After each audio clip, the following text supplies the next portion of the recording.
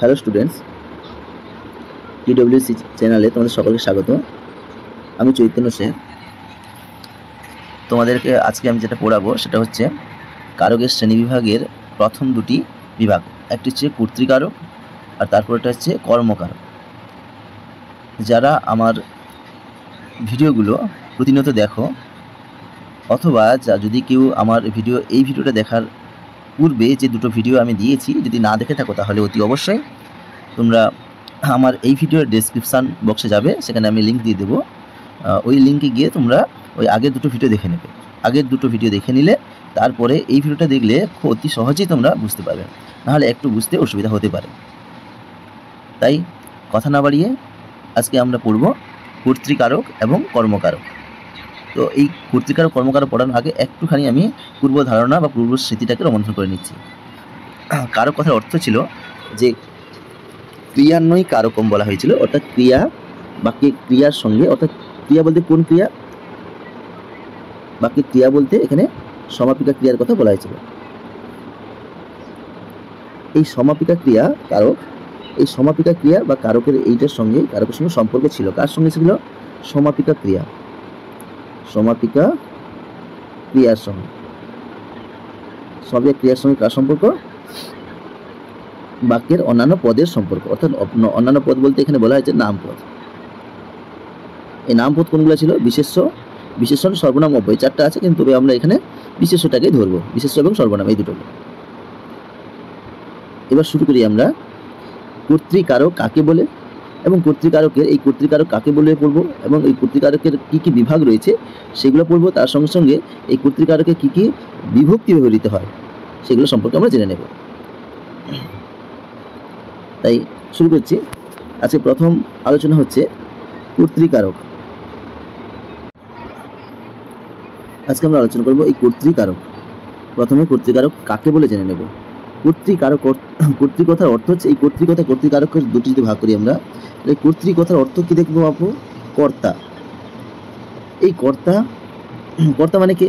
যে করে, যে কাজ করে সে হচ্ছে কর্তা। যে কোনো কাজ হতে পারে। তাহলে এই কর্তা সঙ্গে যখন কর্তার সঙ্গে সমাপিকা ক্রিয়ার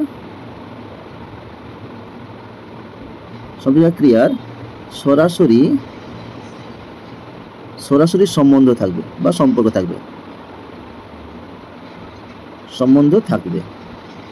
তখন তাকে আমরা কি বলবো? তখন তাকে আমরা কর্তৃকারক বলবো। উদাহরণ হিসাবে যদি আমরা বলি, তোমরা আরেকটু ভালো করে বুঝতে উদাহরণ দিলে, যদি বলি আমি যে শিক্ষিকা ছাত্রীদের বিদ্যাদান করেছেন, শিক্ষিকা ছাত্রীদের বিদ্যা দান করেন বা করেছেন, যেটা করতে পারেন, এটা আমি বলি। তাহলে এখানে কে বিদ্যাদান করেছে? দেখো, করেছেন এটা হচ্ছে ক্রিয়া, এটা হচ্ছে সমাপিকা ক্রিয়া, সমাপিকা ক্রিয়া। এবার এর সঙ্গে সম্বন্ধ দেখো, সরাসরি সম্বন্ধ কার আছে? শিক্ষিকার সম্বন্ধ। শিক্ষিকা ছাত্রীদের বিদ্যাদান করেছেন, কে করেছেন? কে দিয়ে প্রশ্ন করলে কে করেছেন? শিক্ষিকা। তাহলে শিক্ষিকাই ছাত্রীদের বিদ্যাদান করেছেন, তাহলে সরাসরি সম্বন্ধ হচ্ছে শিক্ষিকার সঙ্গে। তাই এই শিক্ষিকাটাই হচ্ছে কর্তৃপদ, এইটি হচ্ছে কর্তৃপদ। আশা করি কর্তৃকারকটা মোটামুটি বুঝতে পারলে। এবার চলে আসছি এর বিভাগ রয়েছে। কর্তৃকারককে আমরা প্রায় 12খানা বা 12টি ভাগে ভাগ করতে পারবো। তো প্রথমে আমরা এই কর্তৃকারকের যেগুলো ইম্পর্টেন্ট যেগুলো রয়েছে সেইগুলো, বা পরীক্ষায় বারে বারে যেগুলো থেকে প্রশ্ন আসে সেইগুলো আমরা আলোচনা করে নেব। তারপরে আমরা পরেরগুলি বিভাগে যাব। প্রথম বিভাগ এখানে লিখি যে বিভাগ হচ্ছে বিভাগ। প্রথম বিভাগ কি রয়েছে? প্রথমে আলোচনা করব আমরা প্রযোজক। পেনটা একটু ডিস্টার্ব করছে। 1 নম্বর হচ্ছে প্রযোজক,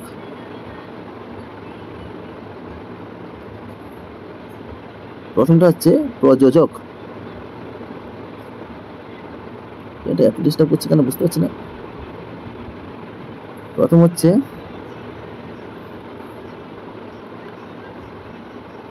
প্রযোজক, তারপরে পড়ব 2 নম্বরে হবে প্রযোজ্য, প্রযোজক আর প্রযোজ্যকর্তা, এই দুটো হচ্ছে এখন আলোচনা করব। এবার আমি একটা উদাহরণ দিয়ে তোমাদের এটা বোঝানোর চেষ্টা করছি। বললাম যে মা শিশুকে চাঁদ দেখাচ্ছেন, মা শিশুকে চাঁদ দেখাচ্ছেন। এইখানে আমি তোমাদের কিছু প্রশ্ন জিজ্ঞাসা করি, তারপরে আমরা উত্তরে যাব। ঠিক আছে, প্রথমে বললাম যে প্রশ্ন করছি, এখানে দেখাচ্ছেন এইটা হচ্ছে ক্রিয়া, এটা সমাপিকা ক্রিয়া। সমাপিকা ক্রিয়াকে আমি প্রশ্ন করব, এটা হচ্ছে সমাপিকা ক্রিয়া, এস ক্রিয়া, এস ভার, সমাপিকা ক্রিয়া। এবার এটাকে আমি প্রশ্ন করছি, কে দেখাচ্ছেন, কে দিয়ে প্রশ্ন করলে আমরা উত্তর পাচ্ছি মা, কে দিয়ে হলে মা। আরেকটা কি আছে, কাকে দেখাচ্ছেন, শিশুকে। কাকে দেখাচ্ছেন, শিশুকে। দেখো এখানে চাঁদ দেখাটাই হচ্ছে মূল উদ্দেশ্য। এবার এটা মাও করছে শিশুও করছে, দেখো উভয় কিন্তু দেখছে, কিন্তু একজন কাজটা করছে, একজন হচ্ছে কাজটা করছে আর একজন করিয়ে নিচ্ছে।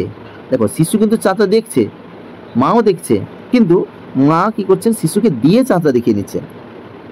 তাহলে এই ক্ষেত্রে মা কি হবে আর শিশুটা কি হবে সেটা তোমাদের বোঝার জিনিস রয়েছে।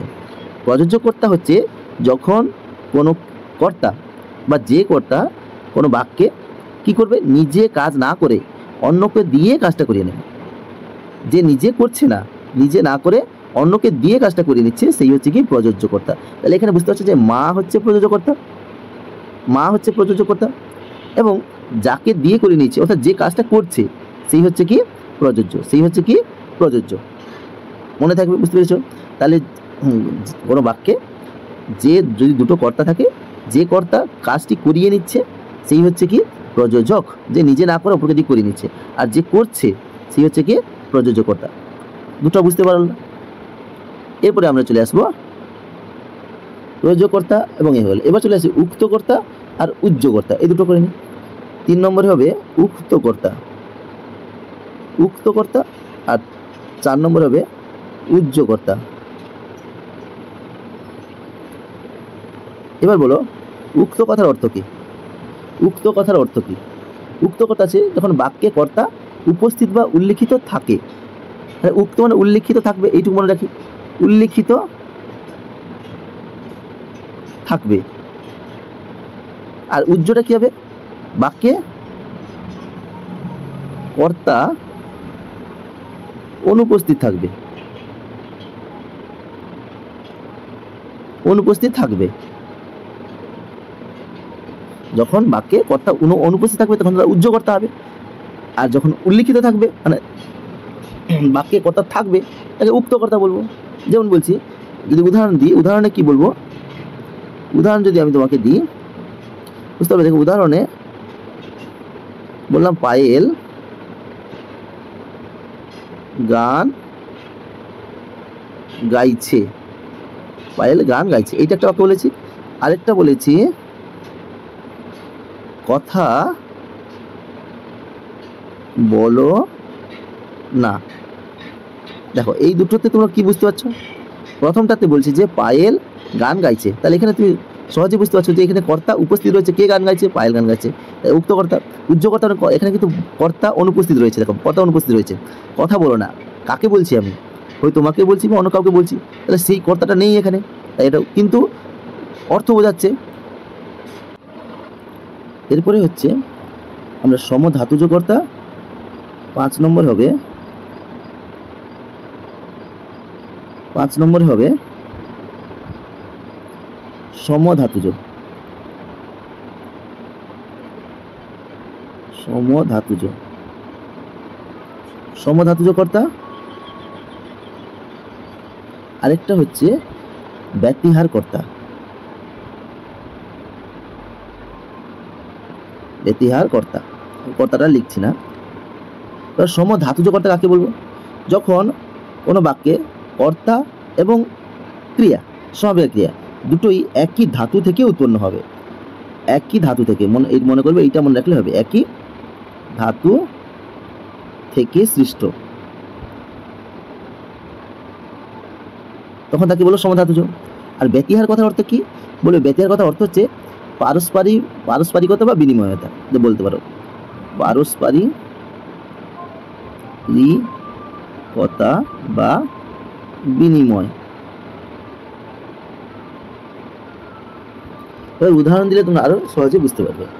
সমধার্য কর্তা যদি বলি আমি, লেখক, উদাহরণ দিচ্ছি, লেখক লেখক লেখক লিখছে বা লেখে, লেখক লিখছেন, এটা বললাম। আরেকটা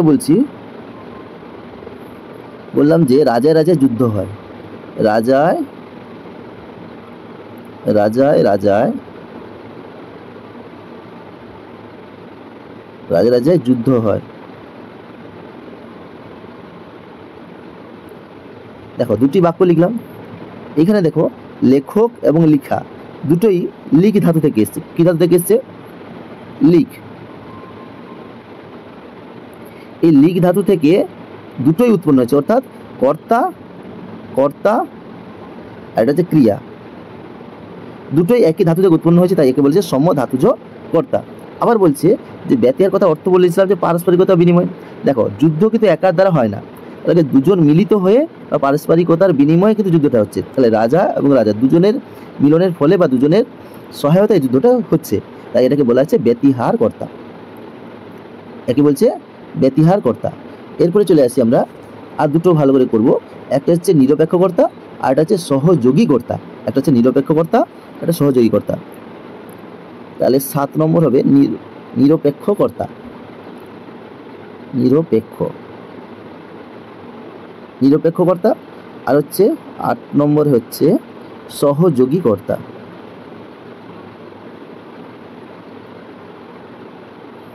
সহযোগী কর্তা।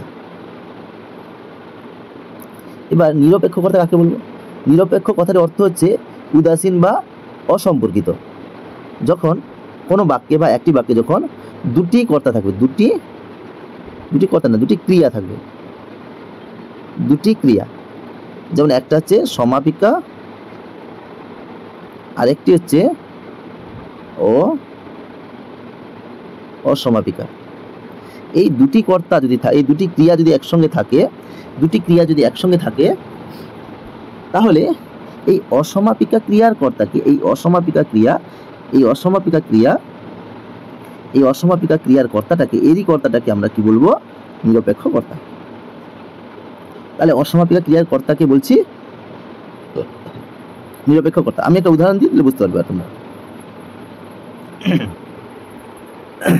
আমার শরীরটা একটু খারাপ আছে, সেই কারণে তোমাদের সঙ্গে কথাটা অনেকটা প্রেসার দিয়ে বলতে হচ্ছে। উদাহরণটা কি দেবো? যে যদি বলি সূর্য উঠলে পদ্ম ফোটে। দেখো এইখানে তোমরা দেখতে পারবে কি দেখতে পারবে? এবার এখানে দুটো ক্রিয়া রয়েছে, একটা হচ্ছে ফোটা আর হচ্ছে উঠলে। দেখো এই ফোটাটা হচ্ছে সমাপিকা ক্রিয়া আর এটা হচ্ছে অসমাপিকা ক্রিয়া। বুঝতে পারছো? এবার বলেছিলাম যে অসমাপিকা ক্রিয়া তার কোনটা? এই উঠলে, এটা অসমাপিক ক্রিয়া। এরই যে কর্তাটা আছে, তার সূর্যটা হচ্ছে এর কর্তা, আর হচ্ছে পদ্মটা হচ্ছে সমাপিকা ক্রিয়ার কর্তা। তাহলে এই সূর্যটাই হচ্ছে কি? নিরপেক্ষ কর্তার উদাহরণ। এরপরে চলে আসি সহযোগী কর্তা। সহযোগী কথাটার দ্বারাই তোমরা বুঝতে পারছো যে এটা একে অপরের সহযোগে কাজটা হচ্ছে, তাহলে একটা উদাহরণ দিই। সহযোগী কর্তা হচ্ছে যদি বলি পিতা পুত্র একসঙ্গে খেতে বসেছে, পিতা পুত্র একসঙ্গে খেতে বসেছে। তাহলে দেখো পিতা এবং পুত্র দুজনে উভয় মিলিত হয়ে সহযোগী খাবার খাচ্ছে, খেতে বসছে, তাই একে সহযোগী কর্তা বলা হয়েছে।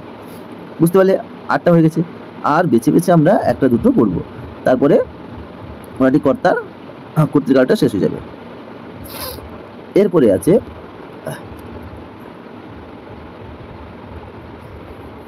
যেটা সবচেয়ে বেশি ইম্পর্টেন্ট বা প্রশ্ন আছে, সেটি হচ্ছে 9 নম্বর যেটা আমরা লিখব, সেটা হচ্ছে এটা এত ডিস্টার্ব করছে। 9 নম্বর যেটা লিখবো সেটা হচ্ছে কর্মকর্তৃবাচ্যের কর্তা। কর্মকর্তৃবাচ্যের কর্তা। তাহলে এর সংজ্ঞা কী হবে? কর্ম কর্তৃবাচ্যের কর্তা। যখন কোনো কর্তৃবাচ্যে যখন কর্তা অনুপস্থিত থাকবে, অনুপস্থিত, কর্তা কে থাকছে? এই কর্তাটা অনুপস্থিত থাকছে, তখন কর্তা অনুপস্থিত থাকলে কর্ম কি হচ্ছে? কর্মটাই কর্তার মতো কাজ করবে, কর্তার মতো কাজ করবে, তখন তাকে আমরা বলবো কর্ম কর্তৃবাচ্যের কর্তা। তাহলে উদাহরণ একটা দিই, উদাহরণ দিলে তুমি ভালো করে বুঝতে হবে।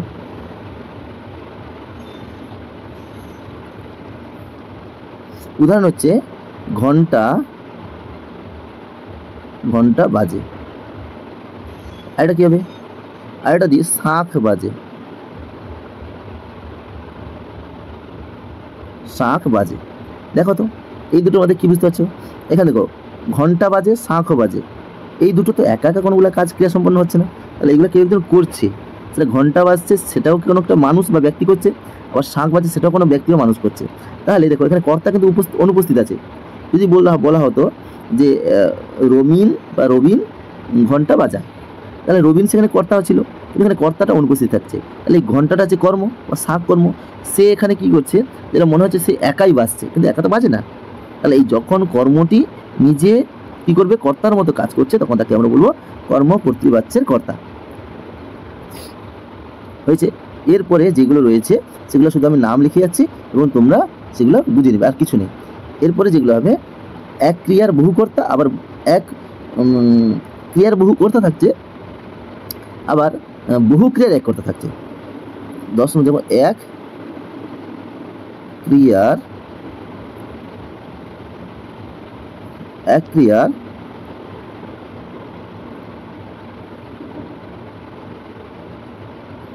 ক্রিয়ার বহু কর্তা একটা, আর 11 নম্বর হচ্ছে বহু ক্রিয়ার এক ক্রিয়ার বহু কর্তা, আবার এক কর্তার বহু ক্রিয়া, এক কর্তার বহু ক্রিয়া। এই দুটো মনে করে নিলে আর তেমন নেই,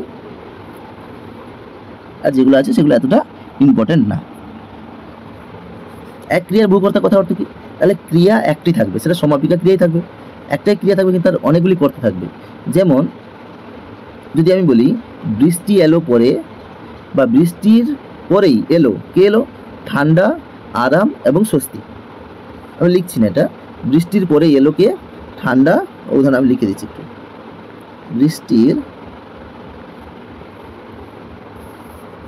বৃষ্টির পরেই এলো ঠান্ডা, আরাম ও স্বস্তি।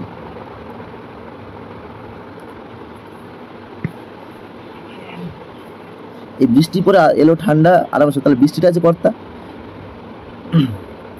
তাহলে বলছে এক ক্রিয়া, এখানে ক্রিয়া কোনটা? এলো। আর বাকি দেখো বহু কর্তা আছে, বৃষ্টি এলো, ঠান্ডা এলো, আরাম এলো, স্বস্তি এলো। তাহলে এইগুলো হচ্ছে কি? এই উদাহরণটা হবে এক ক্রিয়ার বহু কর্তা, একটাই ক্রিয়া আছে তার অনেকগুলো কর্তা আছে। এরপরে হচ্ছে এক কর্তার অনেক ক্রিয়া, একটি কর্তার অনেকগুলা ক্রিয়া হবে। তাহলে তার উদাহরণ কি হবে? যদি বলি ছেলেটা নাচছে, গাইছে এবং খেলছে, ছেলেটা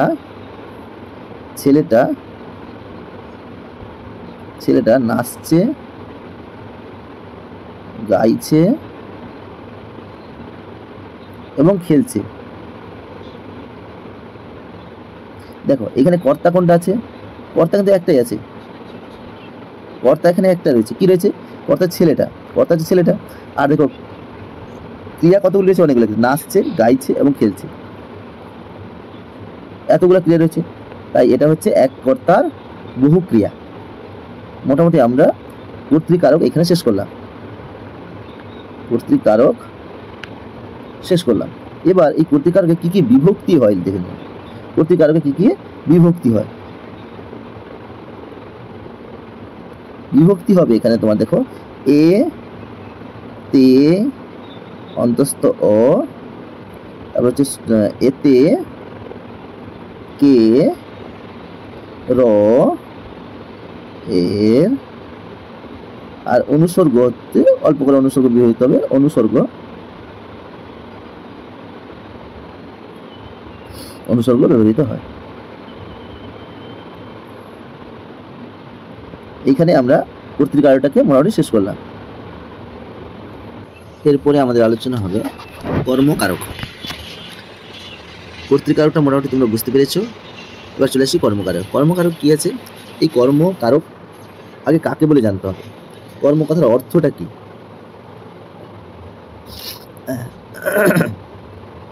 কর্তা, কর্মকারক কথাটা হচ্ছে কর্তা। কর্তা কি হয়? যাকে কেন্দ্র করে, যাকে কেন্দ্র করে ক্রিয়া সম্পন্ন করে, কেন্দ্র করে ক্রিয়া সম্পন্ন করে, তাই হচ্ছে কর্ম। তাই কর্ম। তাহলে বাক্যে কর্তা যাকে কেন্দ্র করে বা যাকে আশ্রয় করে কি করছে? কর্মটা, ক্রিয়াটাকে সম্পন্ন করছে, তাই হচ্ছে কর্ম। এবার এই বাক্যে কর্মসূচক পদকেই বলছে কর্মকারক। বাক্যে কর্মসূচক পদকে কি বলছে? কর্মকারক। এবার আমরা এই কর্মকারকের বিভাগ পড়ব। বিভাগগুলো কেমন ভাবে পড়ব? বিভাগগুলো আমরা উদাহরণের সহযোগে পড়ব। উদাহরণের সহযোগে পড়ব। আমি তোমাদের এক একটা করে উদাহরণ দেবো এবং সংশয় ডিসকাস করে যাব। প্রথমে আমি বলছি, আমি 1 নম্বরে বলছি যে মা বলছি না, বললাম যে মেজ দিদি দেবিকাকে একটি বই দান করলেন। এটা আমি একটা বাক্য বললাম। এবার আমরা জেনেছিলাম যে কর্মকারক চেনার সহজ উপায় কি? যে ক্রিয়াকে আমরা কি বা কাকে দিয়ে প্রশ্ন করব। তাহলে ঠিক এই বাক্যটাকে আমরা কি বা কাকে দিয়ে প্রশ্ন করি? বাক্যে কি বা কাকে দিয়ে প্রশ্ন করব? কর্তা হচ্ছে কি? এই দান করাটা হচ্ছে কি? কর্তা না, এটা হচ্ছে ক্রিয়া। দান করাটা হচ্ছে ক্রিয়া। এবার তাকে প্রশ্ন করি, কি দিলেন? দেবিকাকে মেজদি কি দিলেন? কি হবে না, মেজদি কাকে দিলেন? কি দিলেন এবং কাকে দিলেন? আগে মেজদি দিলেন, কিন্তু কি দিলেন? যদি কি দিয়ে প্রশ্ন করি তাহলে কাকে দিলেন? দেবিকাকে দিলেন। কাকে, এটা দিয়ে কাকে প্রশ্ন, কাকে দিয়ে প্রশ্ন করলাম সেটা দেবিকা। কি দিলেন? বই দিলেন। কি দিলেন? বই দিলেন। এবার এই দেবিকাকে বই দিলেন। তাহলে প্রশ্ন এইখানে আমরা সংজ্ঞাটা বুঝতে পড়বো, বা এর সংজ্ঞাটা হবে যে মুখ্য কর্ম এবং গৌণ কর্ম। কি কর্ম? মুখ্য কর্ম এবং গৌণ কর্ম। মুখ্য কর্ম কাকে বলে? কোনো বাক্যে মুখ্য কর্ম কাকে বলে? কোনো বাক্যে যদি দুটো কর্ম থাকে, কি থাকে? দুটো কর্ম থাকে। এটা একটা কর্ম, এটাও একটা কর্ম। দুটো কর্ম থাকলে, কোনো বাক্যে যদি দুটো কর্ম থাকে, তাহলে যখন বস্তুবাচক যে কর্মটি হবে, অর্থাৎ বই, এইটা হবে মুখ্য কর্ম। মনে রাখতে হবে, মুখ্য কর্ম। যেটা বস্তুবাচক সেটা হচ্ছে মুখ্য কর্ম, আর যেটি হচ্ছে প্রাণীবাচক হবে সেটি হচ্ছে গৌণ কর্ম। গৌণ কর্ম। এছাড়া এটা বোঝার বা চেনার আরেকটা সহজ উপায় কি? যদি আমরা ক্রিয়াকে কাকে দিয়ে প্রশ্ন করব, তখন যে উত্তরটি পাবো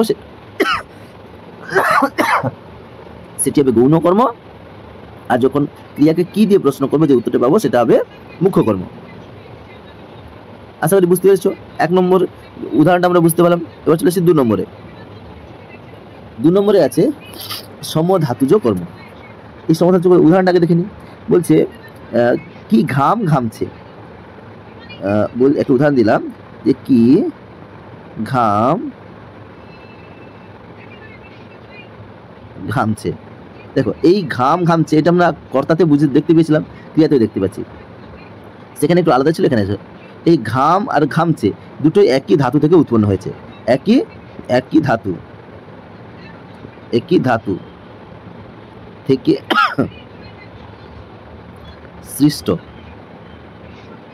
সৃষ্টি, তাই এদের নাম কি হয়েছে? তাই এদের নাম হয়েছে সমধাতুজ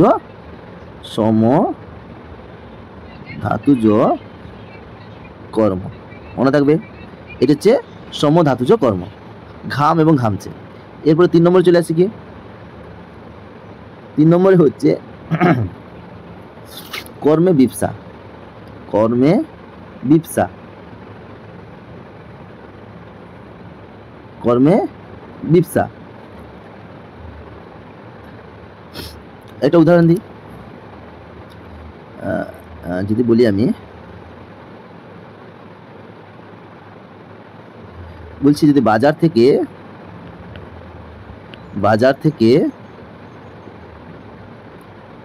আমার জন্য কি কি এনেছো, আমি ধরো বলছি, এটা কাউকে বলছি যে বাজার থেকে আমার জন্য কি কি এনেছো। এই দেখো কি, এই যে একই শব্দ দুবার ব্যবহৃত হয়েছে, তার দ্বারা কি সৃষ্টি হচ্ছে, বিপসা সৃষ্টি হয়েছে। এটা কিসের বিপসা সৃষ্টি হয়েছে, কর্মের বিপসা। কারণ হচ্ছে কি এনেছো, ওইটাই, এইটার জন্য কি হচ্ছে, এটা কর্মের বিপসা হয়েছে। এরপরে চলে আসি উদ্দেশ্য কর্ম আর বিধেয় কর্ম। উদ্দেশ্য কর্ম ও বিধেয় কর্ম।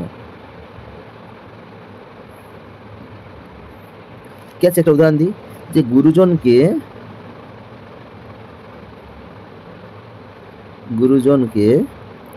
সর্বদা সম্মান করবে। দেখো এখানে উদ্দেশ্য কোন বিধেয় কোন বলেছে, এই বাক্যটিতে উদ্দেশ্য কোনটা আগে সেটা জানতে হবে। উদ্দেশ্য কাকে বলে, বাক্যে যার সম্পর্কে কোনো কিছু বলা আছে বা যে কাজটা করছে সে হচ্ছে উদ্দেশ্য বা কর্তা, যাকে বলা হয় যেই কর্তা সেই উদ্দেশ্য।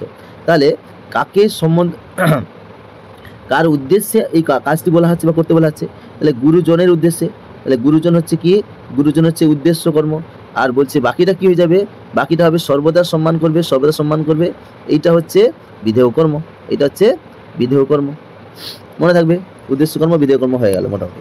এবার চলে আসি উপবাক্য কর্ম, আর এটা করার দরকার নেই, তো মোটামুটি এইটুকু করলেই হবে। এরপরে এই কর্মকারকে কি কি বিভক্তি ব্যবহৃত হয়, কি কি বিভক্তি ব্যবহৃত হয়, কি কি বিভক্তি ব্যবহৃত হবে। এখানে হচ্ছে প্রথম হচ্ছে শূন্য বিভক্তি হয়। এরপরে রয়েছে কে বিভক্তি হবে, রে বিভক্তি হবে, তারপর র হবে, শুধু র হবে, এ হবে, অন্তস্থ অ হবে, তারপর এরে হবে, আর তে বিভক্তি হবে। মোটামুটি এই বিভক্তিগুলো কর্মকারকে ব্যবহৃত হয়। আজকের পর্যন্ত এইটুকু। আশা করি তোমাদের ভিডিওটা ভালো লেগেছে।